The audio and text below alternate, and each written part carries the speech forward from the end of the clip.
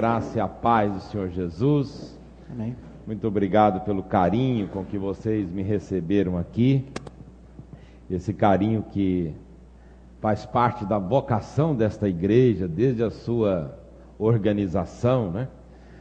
Como eu disse hoje pela manhã, eu estava lendo lá no texto do pastor Joel no boletim, um detalhe interessante, que essa igreja, ela tem como vocação receber as pessoas que vêm de outras cidades, né? Então quero louvar a Deus pela vida dos irmãos. Certamente a maioria aqui veio de outra cidade e essa maioria foi acolhida aqui com muito carinho. Que Deus continue abençoando muito esta igreja e assim recebam muitas pessoas que vêm para morar nessa linda cidade. Muito obrigado. Obrigado ao pastor Joel, ao conselho, pelo carinho com que nos recebeu aqui. Meus amados, eu quero convidá-los para que abramos as nossas Bíblias na epístola escrita aos Hebreus, no capítulo 4. Hebreus, capítulo 4. Nós leremos os versículos 14, 15 e 16. Na minha Bíblia está na página 1218 do Novo Testamento. Epístola escrita aos Hebreus, no capítulo 4. A palavra de Deus diz assim: tendo, pois, a Jesus, o Filho de Deus, como grande sumo sacerdote que penetrou os céus, conservemos firmes a nossa confissão, porque não temos sumo sacerdote que não possa compadecer-se das nossas fraquezas.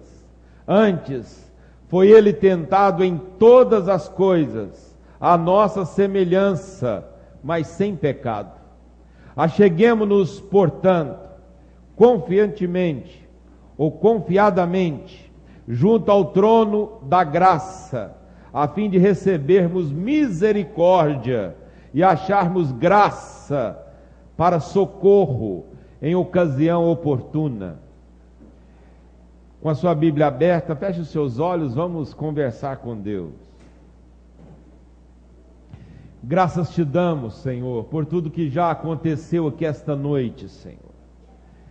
E agora suplicamos que a leitura da tua palavra e o comentário que se seguirá possam glorificar o teu nome, assim como os cânticos já o fizeram.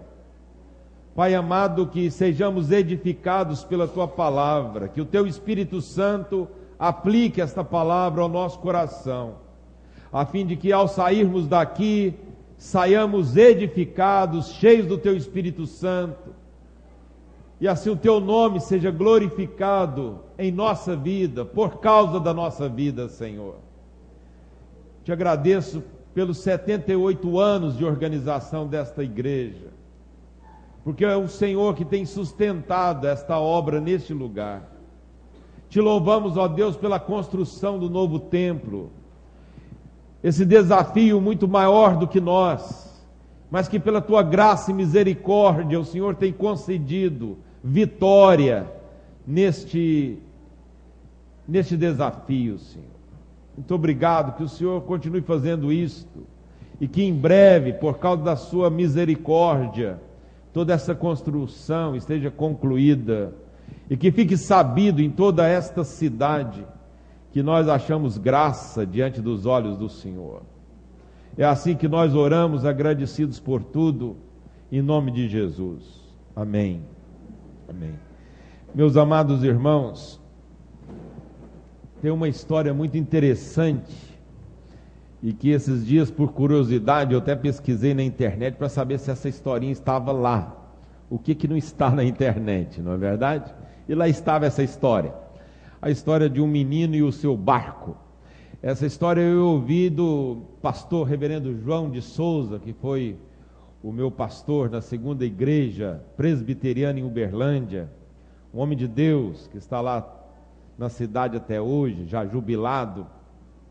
E eu me lembro do reverendo João contando essa história e desde que eu a ouvi, nunca mais me esqueci. O reverendo João contava com muito entusiasmo que uma criança fizera um barquinho de madeira com as próprias mãos. Então ele um dia foi brincar lá em determinado lugar perto da casa dele, numa água lá perto, num riachozinho, e uma corrente d'água mais forte, uma onda levou o barquinho embora. E ele ficou muito triste, mas um dia passeando lá no centro da cidade, ele olhou numa vitrine e lá estava o barquinho dele. Então ele entrou e disse: olha, eu vim levar o barco, esse barco é meu, eu que o fiz. O homem disse: não, esse barquinho aqui é tanto, e deu o valor para o menino. Ele saiu dali, foi, quem sabe pediu os pais o dinheiro, fez algum serviço, conseguiu o dinheiro, e ele retorna lá na loja e diz: olha, eu vim buscar o meu barquinho. Colocou o dinheiro lá em cima do balcão, o homem contou, quantidade correta, entregou o barquinho para o menino. A história se conclui dizendo que a criança abraçou o barquinho de madeira e disse: ei, barquinho, você é meu duas vezes. Primeiro porque eu te fiz, e agora porque eu te comprei. Meus amados irmãos, essa história infantil, ela reflete a grande verdade da nossa vida. Nós somos de Deus, porque Ele nos fez e porque Ele nos comprou.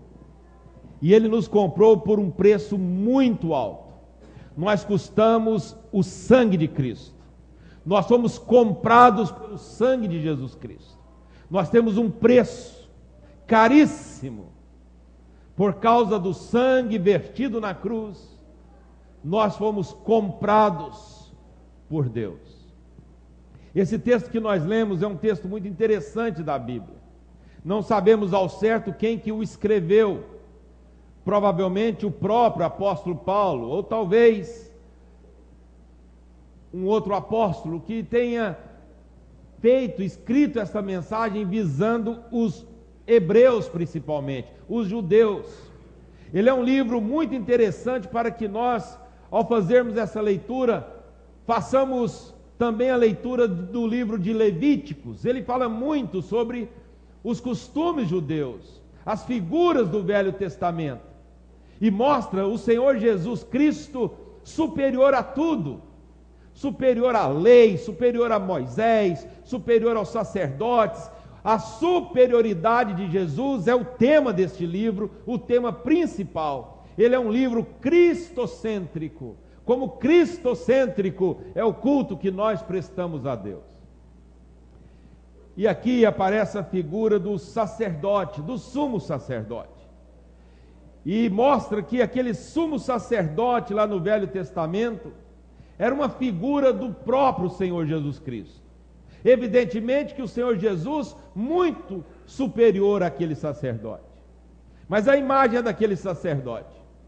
Alguns estudiosos da Bíblia dizem que os sacerdotes, quando eles entravam uma vez por ano no santo lugar, eles amarravam uma corda assim no calcanhar do sacerdote, porque ele entrava uma vez por ano no Santo dos Santos, o lugar santíssimo, e ele tinha que estar devidamente preparado, e se porventura ele não estivesse, ele cairia lá dentro, e eles teriam que puxá-lo, porque a santidade de Deus naquele lugar era tão grande, que não poderia se entrar de qualquer jeito.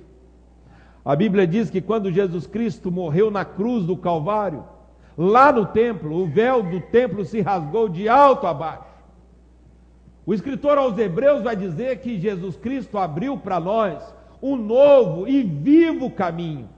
Agora nós podemos adentrar a sala do trono e oferecer a Deus um sacrifício de louvor. É por causa de Jesus que tem sentido o nosso ajuntamento.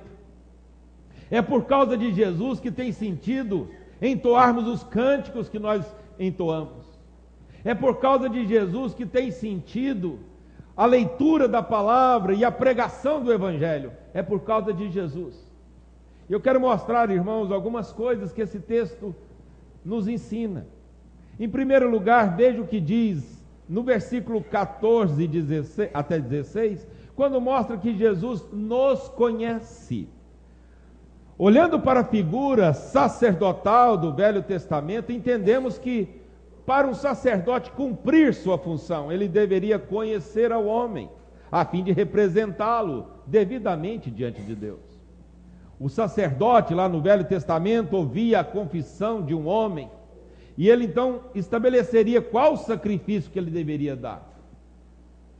Então, geralmente pegavam-se um cordeiro sem defeito, aquele que abriu a madre, e o levava, e o imolava, oferecia aquele sacrifício, o sangue aspergido sobre o altar, como símbolo de que aquele pecado foi perdoado, e que aquele sangue do cordeiro, então, garantia o perdão dos pecados. O tempo passou, quando João Batista vê Jesus, ele diz: eis o cordeiro que tira o pecado do mundo. É porque Jesus Cristo morreu na cruz, o Cordeiro de Deus, que agora nós podemos adentrar a presença do Senhor, e Ele nos conhece. Ele conhece tudo sobre nós, diz a Bíblia Sagrada, como nós passou por todo tipo de tentação. Ele nos conhece. Ele sabe o que nós passamos, as lutas, as tentações que sofremos. Ele sabe tudo sobre nós, porque tudo que nós passamos, Ele passou. A nossa semelhança, Ele foi tentado e sem pecado. Agora Ele pode nos representar, porque Jesus Cristo nos conhece. Meus amados irmãos, como é bom saber que nós somos conhecidos por Deus. Deus sabe tudo sobre nós. Conhece os nossos medos, a nossa insegurança, conhece as nossas preocupações, Ele sabe tudo. Sabe quais são as nossas fraquezas, o que mais nos preocupa, o que nos tenta. Ele sabe tudo, todas as coisas. E agora, como sumo sacerdote, Ele pode nos representar, porque Ele sabe, conhece a cada um de nós. Assim como o sumo sacerdote conhecia e deveria conhecer aquele que o procurava, o Senhor Jesus nos conhece. A Bíblia Sagrada diz também que Jesus, Ele nos justifica. Veja o versículo: sendo assim, aproximemo-nos do trono da graça com toda a confiança. Jesus não só nos conhece, mas Ele nos justifica. Jesus restaura nossa confiança, Ele possibilita nossa chegada diante do trono da graça de Deus.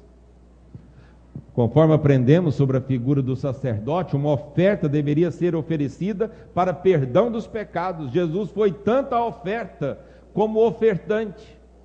E agora Ele nos justifica. O sangue de Cristo aplaca a ira de Deus. E agora diz a Bíblia que somos justificados pela fé em Cristo Jesus. Olha que bênção é o Senhor Jesus Cristo na nossa vida. Imagina como que nós poderíamos comparecer diante de Deus sem Jesus Cristo. Como que nós iríamos comparecer, oferecer um culto a Deus, se não é o sangue de Cristo aplacando a ira de um Deus justo e santo? A Bíblia Sagrada diz que Deus é santo, santo, santo. E como que nós poderíamos apresentar diante dele se nós somos, naturalmente falando, corruptos, pecadores, e Deus é santo? Mas quando o Senhor Jesus Cristo morre na cruz do Calvário, Ele aplaca a ira de Deus. Por causa do sangue de Jesus, os nossos pecados são perdoados, e o nosso culto é aceito. Caso contrário, seria melhor que nós não falássemos e não pronunciássemos mesmo o nome de Deus. Provérbios capítulo 15, versículo 8, diz que a oração do justo é o contentamento de Deus, mas a oração do perverso é abominável diante de Deus. Quando nós oramos, Deus fica contente. Provérbios 15, versículo 8. Mas quando o perverso ora, o sacrifício dele é abominável diante de Deus. É melhor para o perverso não oferecer culto a Deus. É melhor para o perverso não orar, porque o sacrifício dele, que é a oração, frutos de lábios que confessam o nome dele, esse sacrifício é aceito por causa do sangue de Jesus Cristo. Quando nós nos comparecemos diante de Deus e o invocamos, e Ele olha para nós, Ele vê o sangue de Cristo. E aí, como nós cantamos, os ouvidos do Senhor estão atentos ao nosso clamor, por causa de Jesus Cristo, por causa do sangue vertido, porque Jesus nos justifica. E agora nós nos apresentamos diante de Deus, justificados pela fé. É por isso que o nosso culto é cristocêntrico. É por isso que a mensagem que pregamos é sobre o Evangelho da graça de Deus. É por isso que falamos de Jesus Cristo, porque Ele é o sumo sacerdote. Sem Ele não tem sentido o nosso culto. Sem Jesus não tem sentido a nossa fé. Sem Jesus Cristo nada faz sentido. O Senhor Jesus, Ele nos justifica. Em terceiro lugar, a Bíblia diz que Jesus nos socorre. E é maravilhoso saber disso. O texto diz que nós recebemos misericórdia, encontramos graça no momento da necessidade, no momento oportuno. A Bíblia diz que Jesus, como sacerdote, nos conhece, nos justifica. Ele possibilita a nossa aproximação no trono da graça de Deus. E assim sendo, nós recebemos misericórdia de Deus. Os irmãos certamente já leram na Bíblia, quando a rainha Esther quer falar com o rei Artaxerxes, e o costume era o seguinte, ela precisava falar com ele. Então pedia-se audiência, e se ele estendesse e mostrasse estendesse o bordão dele, o cetro dele, obrigado. Isso permitia, era um sinal de que poderiam entrar na presença dele. E o medo dela era, se ele não fizer isso, a pessoa morre, porque não pode entrar assim. A Bíblia Sagrada usa essa linguagem, que agora nós podemos entrar na sala do trono, imagina. Nós podemos entrar na sala do trono, por causa do novo e vivo caminho que Jesus preparou. E agora nós podemos chegar diante do trono da graça de Deus, e poder achar misericórdia nos nossos momentos de necessidade. E quem não as possui? Eu tenho necessidades, você tem necessidades, todos nós. Nós viemos aqui cultuar a Deus, mas certamente em muitos de nós o coração está preocupado. Nós nos preocupamos com tantas coisas. Nós nos preocupamos principalmente com a nossa família, nós nos preocupamos com a nossa saúde, nós nos preocupamos com a nossa vida financeira, nós nos preocupamos com o nosso país, nós nos preocupamos com tudo. Muitas preocupações sobre nós. Olhamos para nós e percebemos que nós somos pessoas necessitadas, nós precisamos muito. Mas para quem levar as nossas necessidades? Para quem levar as nossas preocupações? A Bíblia diz que Jesus, Ele não só nos conhece, Ele não só nos justifica, mas a Bíblia diz que Ele nos socorre. Ele é o sumo sacerdote, Ele nos socorre nas nossas necessidades. É tão bom saber que nós temos alguém que se compadece de nós, um Deus tão poderoso. É tão bom saber que nós podemos lançar sobre Jesus toda a nossa ansiedade, porque Ele tem cuidado de nós. É bom saber, irmãos, que nós não estamos jogados ao léu. É bom saber que nós estamos peregrinando nesse mundo, mas nós temos companhia. O Senhor está conosco. O Deus de Jacó está conosco. É bom saber que não é a força do nosso braço que garante a vitória. Eu gosto muito do salmo que o pastor leu no início do culto, o Salmo 20. O que garante a nossa vitória é o Senhor. Celebraremos a nossa vitória. Não está na força do exército, não está na nossa própria força, está na força do Senhor Jesus. E é essa a fé que nós professamos. Essa expressão é muito interessante quando o escritor diz a fé que professamos, aparece a palavra homologia, que significa profissão. É por isso que nós, quando uma pessoa declara ter Cristo Jesus como seu Salvador, o pastor, o conselho da igreja reúne com essa pessoa e faz algumas perguntas para ela, principalmente se de fato, quem é Jesus para ela? Por que ela está aqui na igreja? Por que ela quer professar a fé? E o pastor e os presbíteros estão atentos à resposta desta pessoa. Ela pode não saber nada de teologia, pode não saber muita coisa, pode ser uma pessoa analfabeta, mas se ela dizer é por causa de Jesus, Ele é o meu Salvador, não tem conselho que impede uma pessoa de professar essa fé. Essa é a fé que nós professamos, em Jesus Cristo.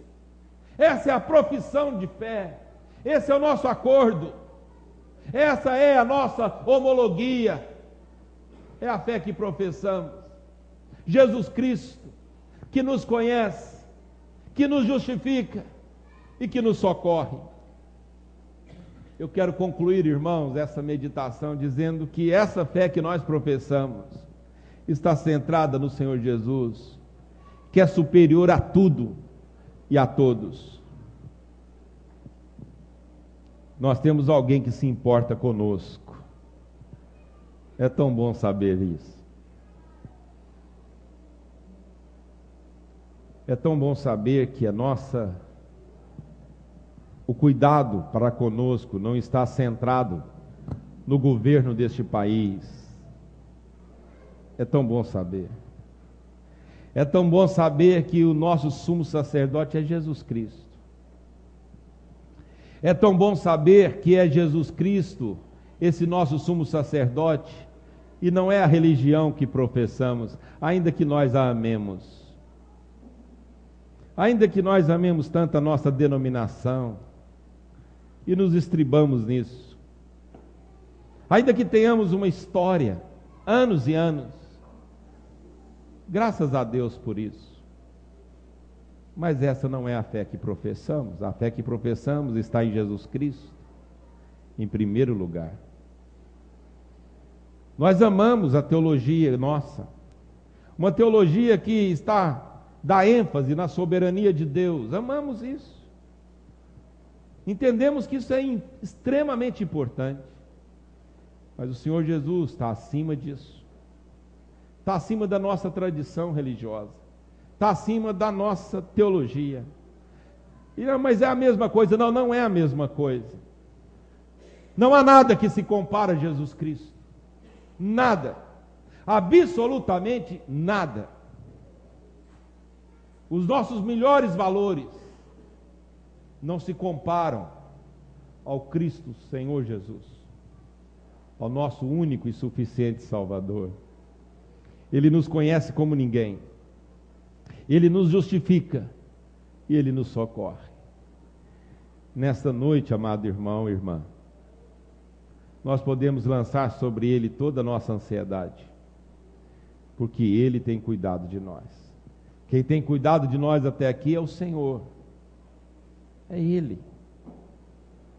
Não é a força do seu braço, não é a sua inteligência, não é a sua beleza, não é a sua saúde, tudo passa. O que tem nos guardado até aqui é o Senhor Jesus. Ele nos deu a oportunidade de adentrar a sala do trono, e agora nós podemos achar misericórdia diante de Deus.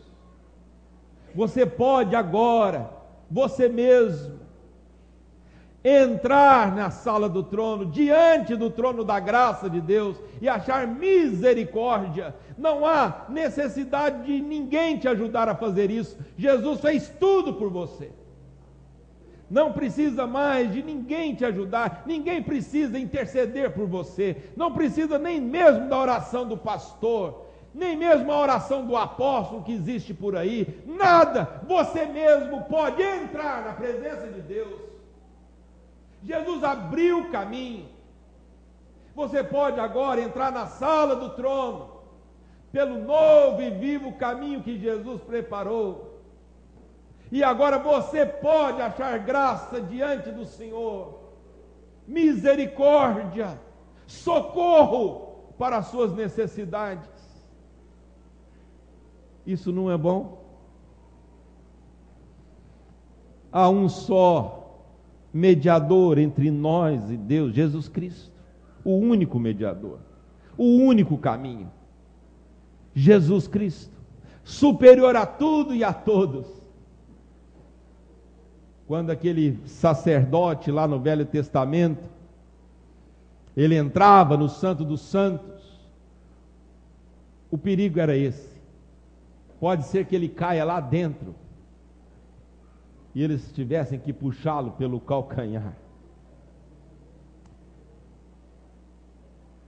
Mas agora o Senhor Jesus passou por tudo que nós passamos e ele não pecou. E aí, meus amados irmãos, isso faz toda a diferença. O Senhor Jesus é o nosso único e suficiente Salvador. A pergunta intrigante é: você já foi alcançado com essa graça? Você tem em Jesus o seu único Salvador? Porventura você já entrou na sala do trono? Essa é uma pergunta muito interessante. Não, mas eu sou religioso. Não é isso que eu estou te perguntando. Eu estou perguntando se você já entrou na sala do trono, se você tem costume de frequentar a sala do trono da graça de Deus. É isso que você precisa responder. Porque Jesus Cristo abriu um novo e vivo caminho. Só tem sentido o seu culto se for em Jesus Cristo. É porque Ele morreu e ressuscitou que tem sentido a fé que professamos, a pregação que proclamamos, só por causa de Jesus Cristo. Meus amados irmãos, a historinha que o reverendo João me contava era do menino no barquinho. O menino que fez o barquinho de madeira, lembra? Ele abraça o barquinho e diz: ei, barquinho, você é meu 2 vezes. Primeiro, porque eu te fiz. E segundo, porque eu te comprei. Meus amados irmãos, a Bíblia diz que hoje é o dia oportuno, hoje é o dia da salvação. É necessário que historicamente nós tenhamos o nosso encontro com Cristo. É necessário que historicamente decidamos caminhar com Jesus. Vamos entender depois que pela graça e misericórdia de Deus, isso já era o plano da soberania de Deus. Mas nós estamos na história e é necessário que historicamente nós confessemos a Jesus Cristo e entendamos a nossa responsabilidade como pessoas que precisam confessar a Jesus Cristo. Essa é a nossa profissão de fé. Essa é o nosso acordo. Proclamar que Jesus Cristo é o nosso único e suficiente Salvador. Ele nos conhece, Ele nos justifica e Ele nos socorre. Somos dele 2 vezes. Primeiro, porque Ele nos criou. E segundo, porque Ele nos comprou. Que Deus nos abençoe e nos guarde. E enche o nosso coração de certeza de que nós temos alguém que se compadece de nós. Fique em pé se você puder.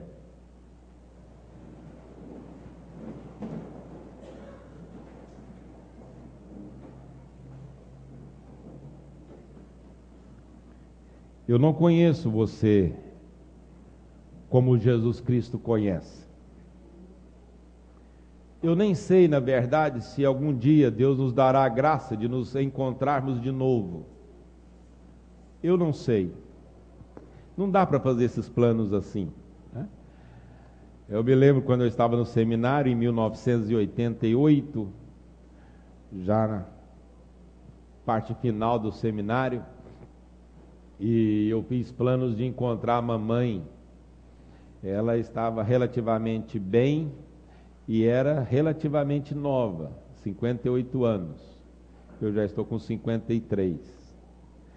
E a mamãe, ela dizia: olha, então, a gente se encontra, meu filho, dia tal. Eu disse: tá bom, mãe. E caçula, vocês sabem como é que é. Caçula é um dengo só, né?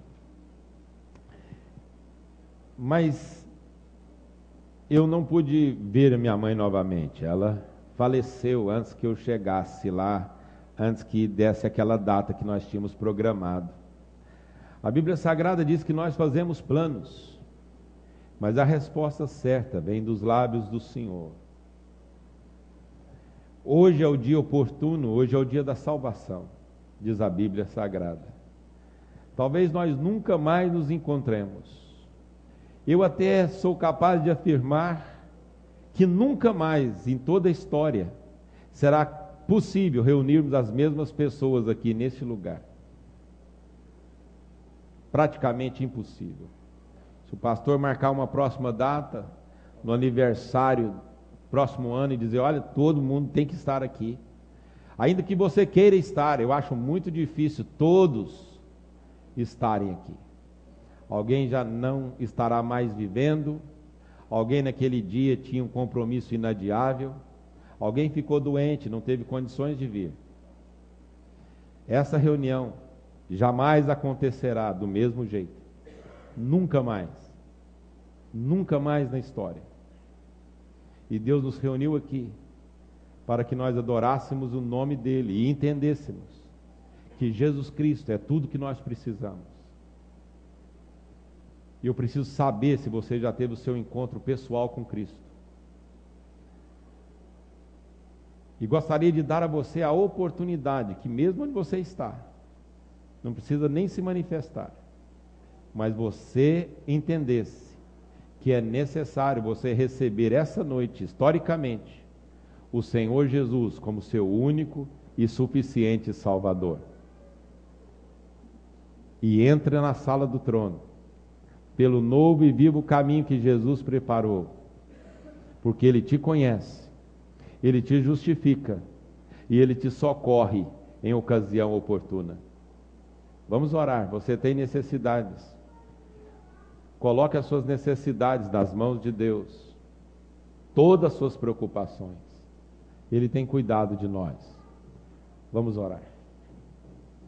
Graças te damos, Senhor, porque o Senhor é bom, o Senhor é sempre bom, a sua misericórdia dura para sempre, de geração em geração, a sua fidelidade. Tudo que o Senhor faz é bom,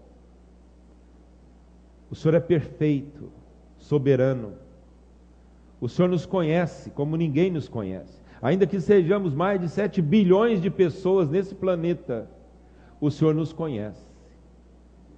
O Senhor sabe o que vai na nossa mente, no nosso coração. De longe, o Senhor prescruta os nossos pensamentos. Antes que a palavra chegue à nossa boca, o Senhor já sabe, o Senhor já conhece. O Senhor sabe tudo sobre nós. E isso é muito bom. Isso traz tranquilidade ao nosso coração. Porque o Senhor é o nosso sumo sacerdote que se compadece de nós. Nós queremos nesta hora, Senhor, lançar sobre Jesus toda a nossa ansiedade, diferentes ansiedades, mas nós queremos lançar todas elas sobre Jesus agora, porque Ele é poderoso bastante para suportar e para nos dar alívio para a nossa alma. Senhor Deus, dirige os nossos passos, conduz a nossa vida, Afasta do nosso coração o temor. Livra-nos, ó Deus, de tudo aquilo que traz incômodo à nossa alma, Senhor.